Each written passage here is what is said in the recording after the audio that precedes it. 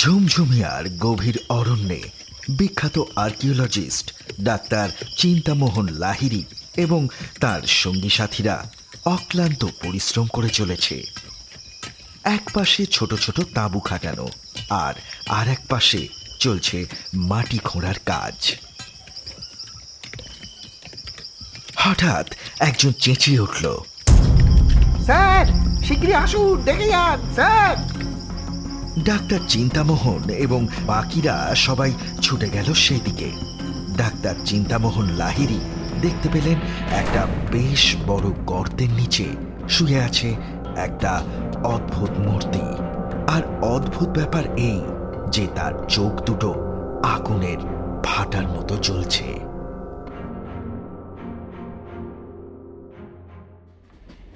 Train ছুটে চলেছে দ্রুত গতিতে। জানলা দিয়ে দেখলে মনে হয় গাছপালা, ধান ক্ষেত, মাঠ, খালবিল, নদী সমস্ত কিছু যেন তাকে পাল্লা দিয়ে উল্টো দিকে ছুটে চলেছে। মাইকেল জানলা দিয়ে বাইরের দৃশ্য দেখছিল। মামা বলে উঠল, মাইকেল, ব্যাগপত্র সব ঠিকঠাক গুছিয়ে নিয়েছিস তো? হ্যাঁ মামা, সব নিয়েছি, আর সাথে নিয়েছি আমার আঁকার খাতা আর রঙের কৌটোগুলো। বাহ, বেশ বেশ। মানে আমার চানাচুরের কৌটোখানা নিতে ভুলিসনি তো? বুঝতেই পারছিস মাইকেল, হ্যাঁ, জঙ্গলে যাচ্ছি বলে কথা। খিদে পেলে ওই চানাচুরি তো আমার একমাত্র ভরসা। হ্যাঁ মামা, সেটাও নিয়েছি। আচ্ছা মামা, আমাদের হঠাৎ এই জঙ্গল ভ্রমণের কারণটা কি? আমার এক পুরনো বন্ধু চিন্তামোহন, মানে ওই ডাক্তার চিন্তামোহন লাহিড়ী, আমাকে চিঠি পাঠিয়েছে। বলছে একটা অলৌকিক যক্ষের মূর্তি নাকি সে মাটি খুঁড়ে পেয়েছে। সে আবার যাকে বলে কি আর্কিওলজিস্ট। তাই আমরা দুজন, মানে তুই আর আমি, যাচ্ছি সেই মূর্তিটা সচক্ষে দেখবার জন্য, বুঝলি? মাইকেল চোখ বড় বড় করে প্রশ্ন করল, কি অলৌকিক যক্ষের মূর্তি? হ্যাঁ, আমরা তাহলে একটা ভুতুড়ে অ্যাডভেঞ্চারে যাচ্ছি, তাই তো?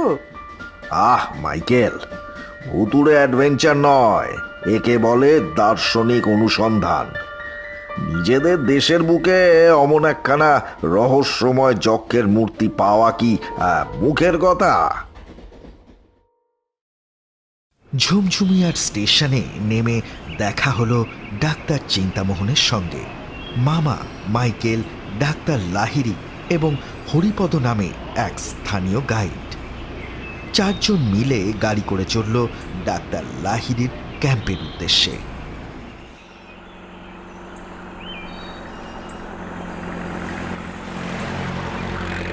যেতে যেতে ডাক্তার লাহিড়ী বললেন, গোবিন্দ, এই মূর্তিটা প্রায় 2000 বছরের পুরনো, কিন্তু ওকে ঘিরে এত অলৌকিক ঘটনা ঘটছে যে স্থানীয় লোকেরা ভয় পাচ্ছে।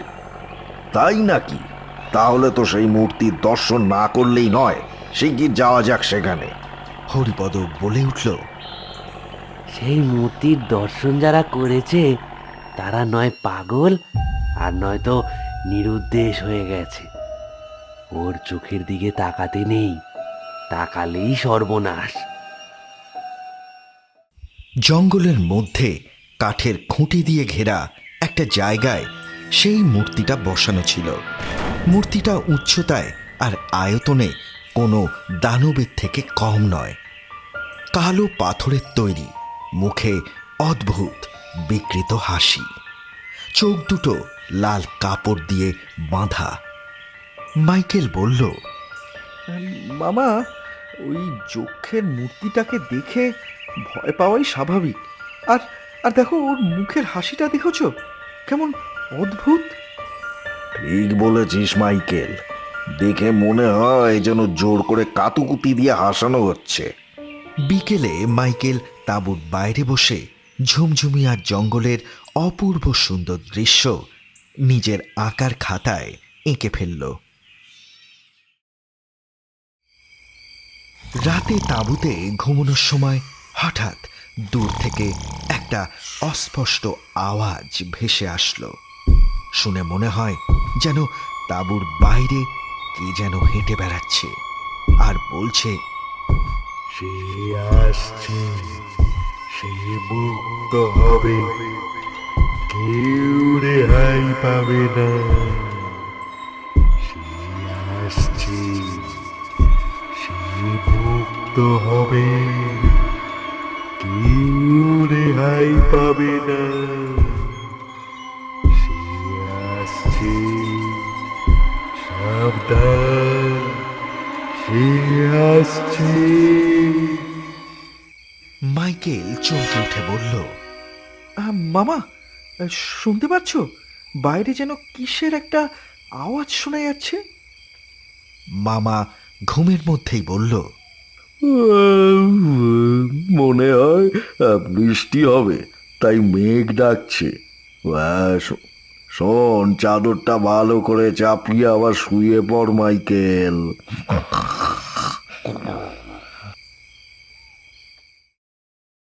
পরদিন সকালে দেখা গেল মূর্তির চোখের লাল কাপড়টা উধাও, আর চোখে দুটো পাথরের জায়গাটা এখন একদম খালি, আর আশেপাশের কিছুটা মাটি এলোমেলোভাবে খোঁড়া। ডাক্তার লাহিড়ী মাথা নেড়ে বললেন, এটা তো চুরি, কিন্তু এই কাজ করলো কে?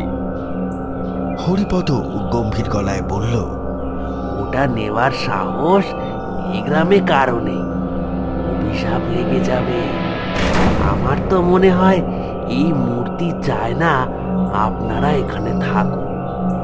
আমার মতে যত তাড়াতাড়ি সম্ভব এখান থেকে চলে যান। ডাক্তার লাহিড়ীর সঙ্গী সাথীরাও এখান থেকে চলে যাওয়ার জন্য উদ্বিগ্ন হয়ে উঠল। স্যার, হরিপদ ঠিক বলেছে, আমাদের আমাদের এক্ষুনি এখান থেকে চলে যাওয়ার দরকার, নয়তো কেলেঙ্কারি কাণ্ড ঘটে যাবে। স্যার, চলুন চলুন স্যার। ডাক্তার লাহিড়ী এসব কথা শুনে মামাকে অনুরোধ করে বলল, ওই গোবিন্দ, তুমি আমার একমাত্র ভরসা। আমার বিশ্বাস এর পেছনে নিশ্চয়ই অন্য কারোর হাত আছে। তুমি তুমি কিছু একটা করো।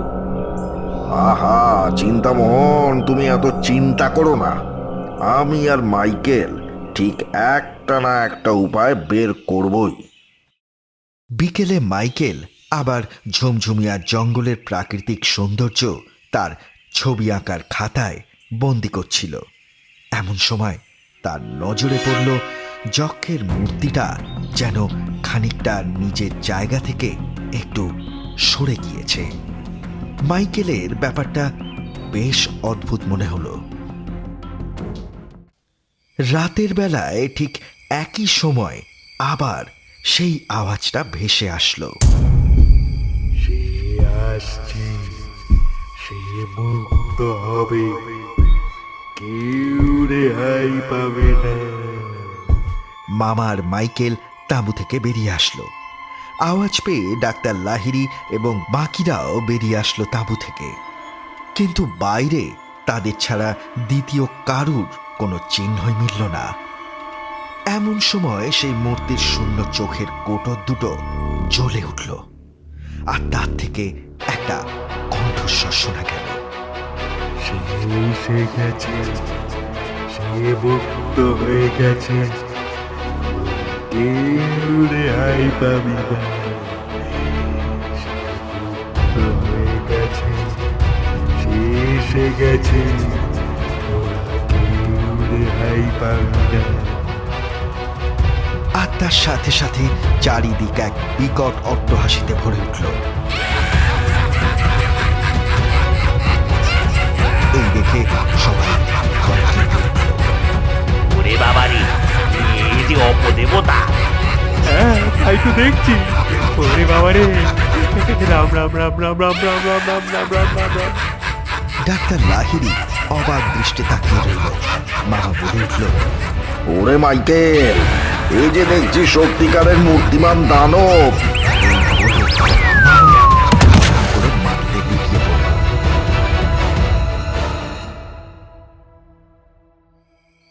মামা যখন জ্ঞান ফিরল, তাঁবুর ভেতর মামাকে ঘিরে সবাই দাঁড়িয়ে আছে। ডাক্তার লাহিড়ী বললেন, কি গোল গোবিন্দ, এখন কেমন বোধ করছো? না না, আর কোনো ঝুঁকি নেওয়ার কোনো প্রয়োজন নেই। কালই আমরা এখান থেকে রওনা দেব।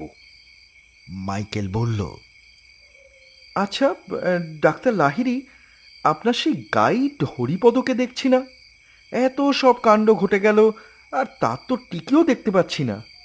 এমন সময় ঘরে ঢুকল হরিপদ।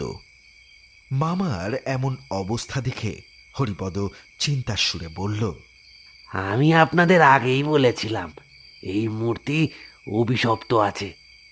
আপনারা যদি বেঁচে থাকতে চান তো কালই আপনারা চলে যান এখান থেকে, নয়তো কেউ বাঁচবে না, কেউ না।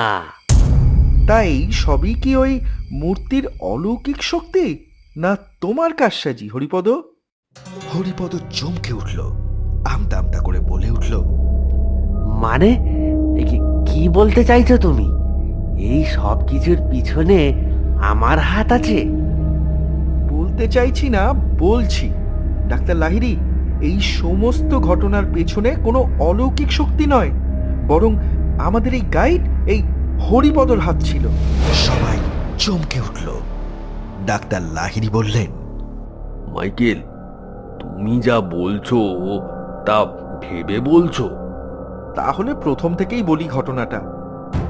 সেদিন ছবি আঁকতে গিয়ে আমার মূর্তির দিকে চোখ পড়েছিল, এবং হঠাৎ দেখি মূর্তিটা যেন নিজের জায়গায় নেই। নিশ্চিন্ত হওয়ার জন্য প্রথম দিনে খাতায় আঁকা ছবির সাথে একবার মিলিয়ে দেখলাম, আর আমি যা সন্দেহ করেছিলাম সেটাই ঠিক। মূর্তির কাছে ভালো করে খোঁজার পর আমি আবিষ্কার করি ওই মূর্তির পেছনে রয়েছে একটা দরজা, যা খুললেই আপনি খুব সহজেই তার ভেতরে ঢুকে পড়তে পারবেন।